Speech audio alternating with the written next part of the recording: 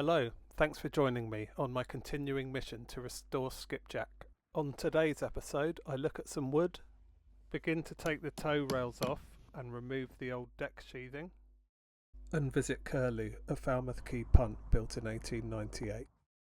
In case you've never been here before or forgotten what's going on, my name is Kyle Abingdon and I'm a professional shipwright living and working in Falmouth in Cornwall in the UK. I've taken on Skipjack, a 1912 wooden gaff cutter, and I'm restoring her in between working full time. I'm hoping this might change as the channel picks up, but for now I'm doing about 1.5 days a week on her. That's her fuel tank I've just removed, by the way. So the other week I discovered that Skipjack needs a new keel. It was originally made out of rock elm, but after some deliberating I've decided to replace it in English oak. Luckily for me, there's a sawmill just up the hill from my workshop. Joe Sawmills in Penryn specialises in native woods and usually has a stock of oak, larch and ash in. He did have this one oak tree which would probably give me most of what I need for Skipjack. It's 26 foot long by about 2.5 foot wide at the base. That's roughly 8 metres by 700 millimetres for my metric friends. It's £2,000 plus VAT.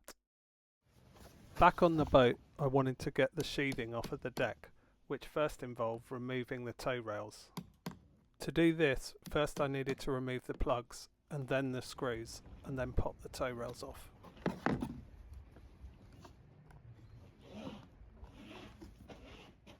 I was also joined by my friend Dot again, so between us both we set to work.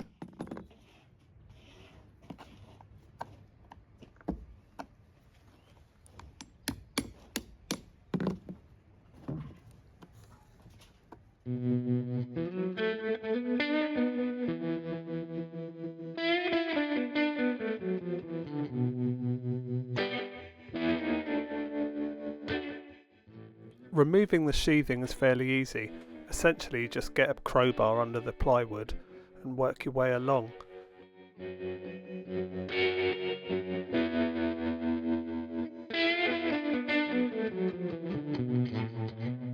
Luckily, whoever put the sheathing down used the nails quite sparingly. They're only applied on the actual deck beams and not all over the deck like on some boats I've worked on. This means that there's less holes on the deck, so I'll be able to plug them up if I want to see the deck.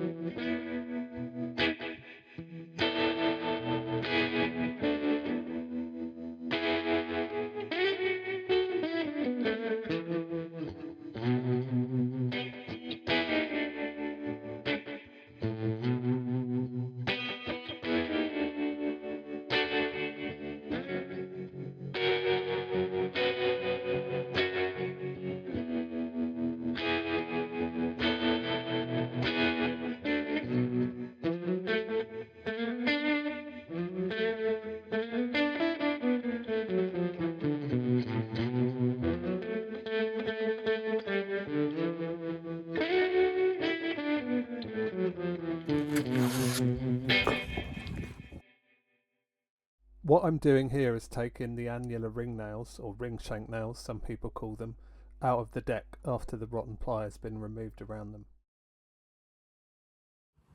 Dot and I have been taking the sheathing off of the deck for about half a day, and we've done about half the boat. And now I want to sand the deck and see what it looks like underneath. The deck wasn't quite as beautiful as I was hoping for, but it was in a very good condition. At this point in time, I can't decide whether to have the deck on show and recork it, or to sheathe it and essentially mimic the canvas that Edwardian yachts used to have. During the week, I was working just down the road from where the Maritime Museum have one of their workshops, so I decided to stop in and have a look at Curlew. Although 3 foot bigger than Skipjack at 28 feet, she bears a lot of similarities. She draws slightly more, meaning she's deeper, and has a bit more rocker on the keel, meaning she's not so flat along the bottom. But her lines are similar, and she is a flush-decked gaff rig cutter. She also has a sheathed deck, so I was keen to see this up close. Curlew was built in 1898 by R.S. Burt and Sons of pitch pine on oak. A lot of her oak timbers were offcuts from timbers used on the bigger ships. She was pretty much built on the site where the National Maritime Museum now stands.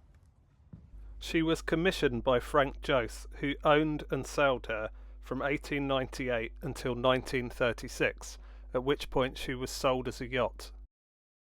Around this time her rig was converted from a yawl to a cutter and a deck was added. In 1968 Tim and Pauline Carr bought her. She was then in a rough state and they went about restoring her. The Carrs lived aboard Curlew for 32 years, during which time they circumnavigated the globe. Curlew was then, as she is now, very Spartan inside and lacking many creature comforts. The Carrs sailed from the Arctic down to the mainland of Antarctica, where they spent 5 years sailing and exploring. This, by the way, was all done without an engine. The Carrs also wrote a book about their travels called Antarctic Oasis, Under the Spell of South Georgia. It's a beautiful book and I suggest you buy a copy. Then hopefully the publishers won't sue me for using the pictures. The Carrs were awarded the Royal Cruising Club Seamanship and Tillman Medals, the Seven Seas Cruising Association Award and the Blue Water Medal of the Cruising Club of America. On their third visit to New Zealand in Curlew in 1983, the Carrs decided to overplank Curlew with 3 layers of Kari pine. This had the result of stiffening up her hull and giving the Carrs a few decades more of trouble-free cruising. In 2003, the Carrs donated Curlew to the National Maritime Museum in Cornwall, where she is still kept and loved today. Pickle, a boat I share with some friends, had to be moved from her summer mooring in Myla to a winter mooring up a creek just off the Helford, so we took her over there. It was such a lovely evening I thought I'd share it with you.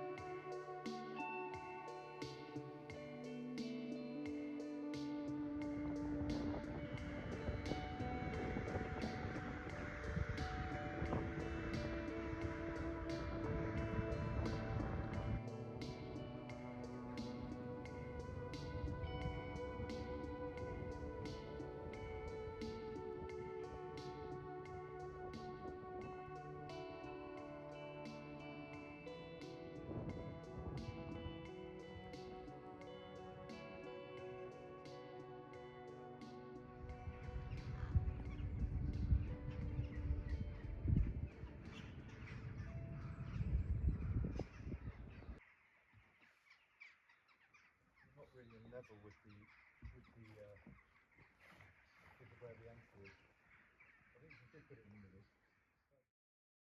I just wanted to say thank you very much for everyone that subscribed or donated or shown interest to the project.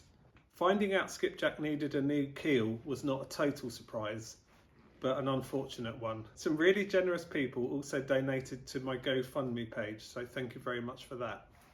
Thanks very much to Dot for helping out again, and thanks for watching. Like and subscribe.